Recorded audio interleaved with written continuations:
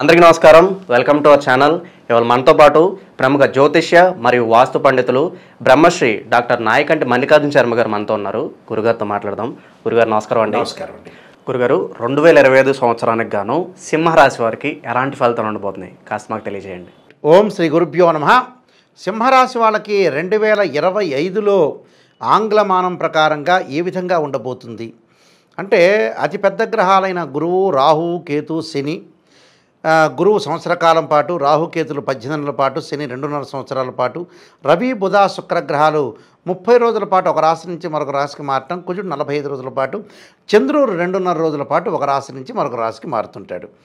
ఇక్కడ ఈ సింహరాశి వాళ్ళకు వచ్చేటప్పటికల్లా మనకి ఏప్రిల్ 14వ తారీఖున గురువు మారతాడు. గురువు మృగశిరా నక్షత్రం 3వ పాద ప్రవేశంతో మిథున రాశిలో సంచారం చేయటం వల్ల ఈ రాశి వాళ్ళకి లాభస్థానంలో గురువు యొక్క సంచారం. లాభస్థానంలో గురువు యొక్క సంచారం వల్ల అనుకూలంగా ఉంటుంది వాళ్ళకి. అంటే అది లాభంలో పడుతుంది, కొన్ని గ్రహాల్లో వచ్చే నష్టంలో పడుతుంది. ఇక్కడ దానికి కారణం ఏంటంటే, ఈ ముఖ్యంగా ఈ రాశికి సింహరాశి వచ్చేటప్పటికల్లా కేతు మే 20వ తారీఖు జన్మంలోకి వస్తాడు. ఈ జన్మంలోకి రాగానే కొద్దిగా ఇబ్బందులు అవుతాయి. అలానే శని కూడా మార్పు జరుగుతుంది. ఎప్పుడు మార్చి 29వ తారీఖు అష్టమ స్థానంలో శని, సప్తమంలో రాహు, జన్మంలో కేతు, లాభంలో గురువు.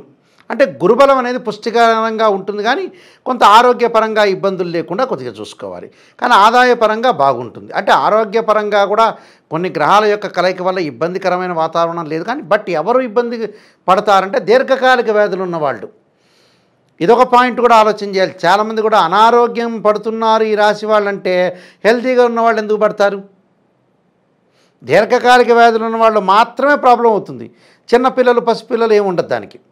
12 ఏళ్ళ 15 ఏళ్ళ పిల్లలకి ఏమి ఉండదు సింహరాశి వాళ్ళకి. కేవలం దీర్ఘకాలిక బీపీ, షుగరు, కిడ్నీ, అలానే ఏదైనా కొలెస్ట్రాల్ పెరగటము, ఆస్తమా సంబంధించి ఇలాంటి వ్యక్తులకు మాత్రమే ఆరోగ్యపరంగా ఇబ్బందులు వస్తాయి. మిగతా వాళ్ళందరూ చక్కగా బాగానే ఉంటారు. అంటే మన ప్రేక్షకులకి క్లారిటీ ఇచ్చేస్తున్నాం. ఆరోగ్యపరంగా ఇబ్బందులు లేకుండా జాగ్రత్తగా చూసుకోవాలి. ప్రయాణాలు చేసేటప్పుడు కొన్ని ఇబ్బందులు కలుగుతుంటాయి. వాహనాన్ని అతి వేగంగా నడపకూడదు, మితంగా నడపడం అనేది ఒకటి. ప్రయాణాలు చేసేటప్పుడు ఎమినెంట్ స్కాలర్స్ యొక్క పరిచయాలు బాగా పెరుగుతుంటాయి వీళ్ళకి.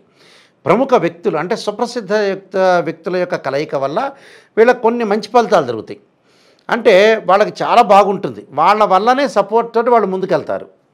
వ్యాపార విస్తరణ జరుగుతుంటుంది. వ్యాపారం ఏదైతే చేస్తున్నారో ఆ వ్యాపార విస్తరణ ఎక్స్పాండ్ చేయటం. ఎక్స్పాండ్ అంటే వివిధ బ్రాంచెస్ పెట్టడం. ఫ్రాంచెస్ అంటారు కదా, పాత రోజుల్లో బ్రాంచెస్ అనేది ఇప్పుడు ఫ్రాంచెస్ అంటున్నారు, మోడర్న్ ఇంగ్లీష్ వర్డ్. అయితే హైదరాబాద్లో ఉన్నదనుకోండి గుంటూరులో పెట్టడం, లేదా గుంటూరులో ఉన్నది విజయవాడ కానీ, అలానే రాజమండ్రి కానీ, వైజాగ్ కానీ, కర్నూలు, కరీంనగర్, అలానే ఎక్కడ బాంబే కానీ, బెంగళూరు కానీ ఇలా పెట్టే అవకాశాలు బాగా ఎక్కువ ఉంటాయి. అయితే వ్యాపార విస్తరణ బాగా ఉంటుంది. జాయింట్దారుల యొక్క సపోర్ట్ కూడా బాగుంటుంది వీళ్ళకి. అంటే జాయింట్దారుల యొక్క సపోర్ట్ ఉండటం వల్ల కూడా చాలా బాగుంటుంది. అంటే గురుబలం బాగుంటుంది. అంటే వీళ్ళకి 45% బాగుంది. అంటే 35% కంటే ఒక 10% ఎక్స్ట్రా వచ్చినట్టు అర్థం. అయితే ఇక్కడ సింహరాశి వాళ్ళకి కేతు యొక్క బలం తక్కువ ఉంటుంది. దానివల్ల ఆరోగ్యపరంగా కొంత దీర్ఘకాలిక ఉన్న వ్యక్తులు కొంత అప్రమత్తంగా ఉండాలి. ప్రయాణాలు చేసేటప్పుడు జాగ్రత్తగా ఉండాలి. అందరూ కూడా ప్రయాణాలు చేసేటప్పుడు టోటల్ అందరూ జాగ్రత్త ఉండాల్సిందే. దీంతో పాటు అష్టమ స్థానంలో శని వస్తున్నాడు. ఎప్పుడు? మార్చి 29వ తారీఖు. అష్టమ స్థానంలో శని వచ్చినప్పుడు కొన్ని ఇబ్బందికరమైన పరిస్థితులు వస్తాయి. అంటే ఆరోగ్యపరంగా కొన్ని ఇబ్బందులు నిలదొక్కుని ఉండాలి. దాని గురించి పెద్దగా కొంత మిగతా గ్రహాల యొక్క ఎఫెక్ట్ ఉంది కాబట్టి కొద్దిగా తగ్గే అవకాశాలు ఉంటాయి. అష్టమ స్థానంలో శని కూడా ప్రభావం అయితే ఉంటుంది. బట్ కొంత మనం ఆలోచన చేసి ఆచితూచి వేసి ఆరోగ్యాన్ని కొంతగా శ్రద్ధగా కాపాడుకోవడం మంచిది దాని ప్రభావం వల్ల.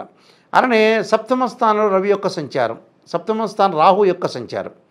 ఈ రాహు యొక్క సంచారం వల్ల ఏ విధంగా ఉండబోతుందంటే, పెళ్లి సంబంధించిన విషయాల్లో కానీ శుభ కార్యక్రమాల నిర్వహణ కొంత లేట్ అవుతుంటుంది. బట్ జరుగుతుంది, కొద్దిగా ఆలస్యం జరుగుతుంది. అంటే 1-2 సంబంధాలు తప్పిపోయి 3వ సంబంధం కుదురుతున్నట్టు అర్థం. అలానే ప్రేమించుకున్న యువకులు ఉంటారు. చాలా సుదీర్ఘకాలంలో ప్రేమించుకున్న యువకులు ఉంటారు. అలాంటి వాళ్ళకి ఏంటంటే పెద్దల్ని ఒప్పించలేక, చెప్పలేక దిగమింగుకోవటం అంటారు. అంటే దిగమింగుకుంటుంటారు వాళ్ళు, చెప్పలేకపోతారు. ఇటు తల్లిదండ్రులు, పేరెంట్స్ కావాలి, ఆ అబ్బాయి కూడా కావాలి, ఆ అమ్మాయి కూడా కావాలి. అలా ఆలోచన చేసేవాళ్ళు పెద్దల్ని ఒప్పించి పెళ్లి చేసుకుంటారు వీళ్ళు. అది మంచి సుపరిణామమే. విద్యార్థులకు వచ్చే చదువు మీద బాగా కాన్సన్ట్రేషన్ చేస్తారు, చదువు పట్ల శ్రద్ధ చూపిస్తారు, ఆటల పట్ల క్రీడల పట్ల కూడా శ్రద్ధ చూపించడం ఒకటి, అలానే గవర్నమెంట్ పోస్టులు వచ్చే అవకాశాలు ఒకటి ఉంటాం. ప్రైవేట్ సెక్టార్లో పనిచేస్తున్న వ్యక్తులు ఎవరైతే ఉంటారో నిరుద్యోగులకి వాళ్ళు ఏదైతే ఆశిస్తారో పర్వాలేదు చిన్న ఉద్యోగం వస్తే చాలే అనుకునే వ్యక్తులకు కూడా వాళ్ళు ఎక్స్పెక్ట్ చేయనంత మంచి ఉద్యోగం వస్తుంది. ఆ మంచి ఉద్యోగం రావటం కూడా చాలా మంచిదే కదా. అందువల్ల ఉద్యోగపరంగా ఇబ్బందులు ఉండవు, ఉద్యోగపరంగా ఇబ్బందులు ఉండవు. ఒక ఆరోగ్యాన్ని వివాహపరంగా సంబంధాలు చూసేటప్పుడు కొంత జాగ్రత్తగా అనుసరించాలి.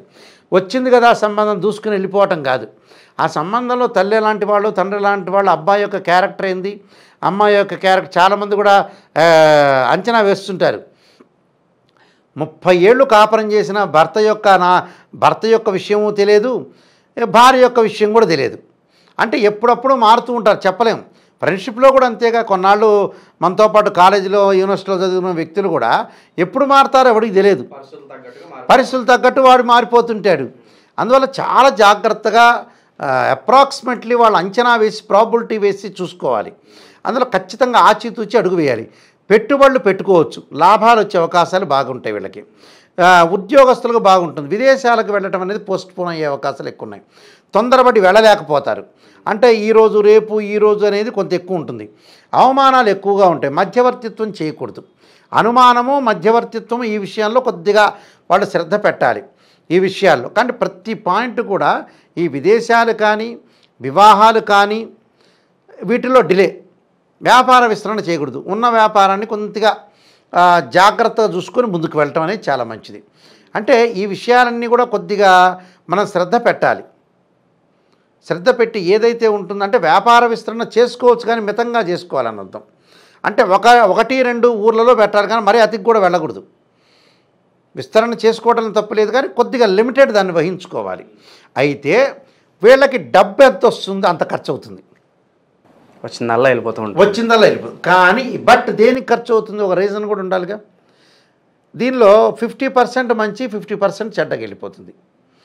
అంటే స్త్రీ మూలకంగా కొంత డబ్బులు ఖర్చు కావటం, కోర్టు సమస్యలు కొంత పరిష్కారం కాకపోవటం, కోర్టు సమస్యల వల్ల కొన్ని ప్రాబ్లమ్స్ రావటం, అన్నదమ్ముల మధ్యలో గొడవలు, అనవసరమైన ఆవేశాలు, అనవసరమైన కోపాలు జరిగే అవకాశాలు ఉంటాయి. ఈ 50% వృధా ఖర్చులు, వృధా భ్రమణం, వృధా ప్రయాస, వృధా ప్రయాణాలు, ఇలాంటి ఇన్సిడెంట్ దానివల్ల జరుగుతుంటుంది. నెక్స్ట్ వచ్చేప్పుడు 50% దేనికి మంచి జరుగుతుంది, వాట్ ఈస్ ద రీజన్, ఒక కారణం కావాలిగా. అయితే ఆస్తులు కొనుగోలు చేస్తారు.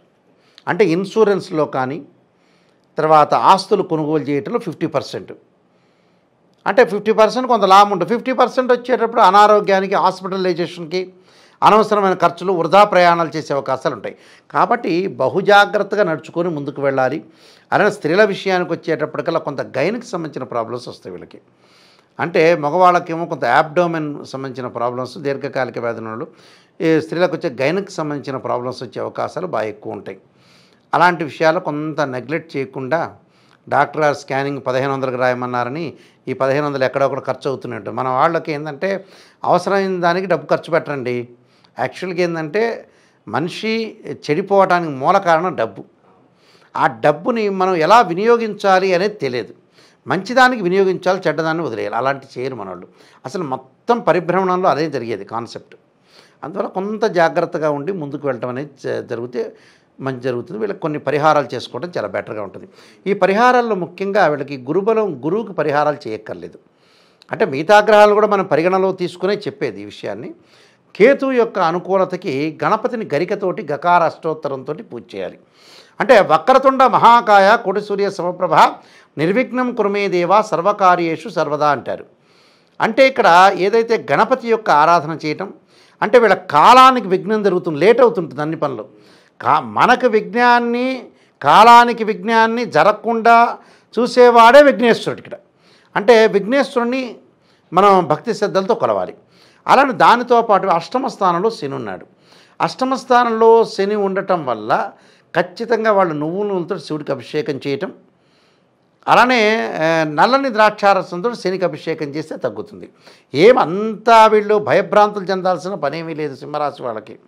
ఎందుకంటే రాస్యాధిపతే రవి అయ్యాడు కాబట్టి ఆ రవికి శనికి ఉన్న సంబంధ బాంధవ్యాల వల్ల వీళ్ళంతా ఆలోచన చేసి భయభ్రాంతులు ఏం చెందాల్సిన పర్లేదు, ప్రశాంతంగా ఓం నమః శివాయ చేస్తే సరిపోతుంది. అలానే విదేశాలకు వెళ్ళాల్సిన వ్యక్తులు కొంతమంది ఇబ్బందికరమైన వాతావరణం ఉంటుంది, వాళ్ళు తప్పకుండా రాహు యొక్క ఆరాధన చేయటం, అమ్మవారి యొక్క ఆరాధన చేస్తే వాళ్ళు సక్సెస్ అవుతారు. సక్సెస్ కారని కాదు, కొన్ని మనకి బాగలేదు అంటే నెగిటివ్ని పాజిటివ్ చేసుకోవటం ఎలాగా, నెగిటివ్ని పాజిటివ్ చేసుకున్నవాడు స్థితప్రజ్ఞుడు అంటారు. అందులో విష్ణు సహస్రనామ పారాయణం కూడా చాలా ఇంపార్టెంట్, అది కూడా చేసుకోవటం ఒకటి. ఏదైనా దేవాలయ దర్శనం, అమ్మవారి యొక్క దర్శనం అంటే మనకి పిఠాపురం కానీ పురోహితికి అమ్మవారు, అలానే మనకి అలంపూర్ జోగులాంబ కానీ ఇలాంటి, అలానే మనకు శ్రీశైలం భ్రవరాంబిక కానీ ఇలాంటి అమ్మవారి యొక్క పీఠాన్ని దర్శించడం చాలా మంచిది.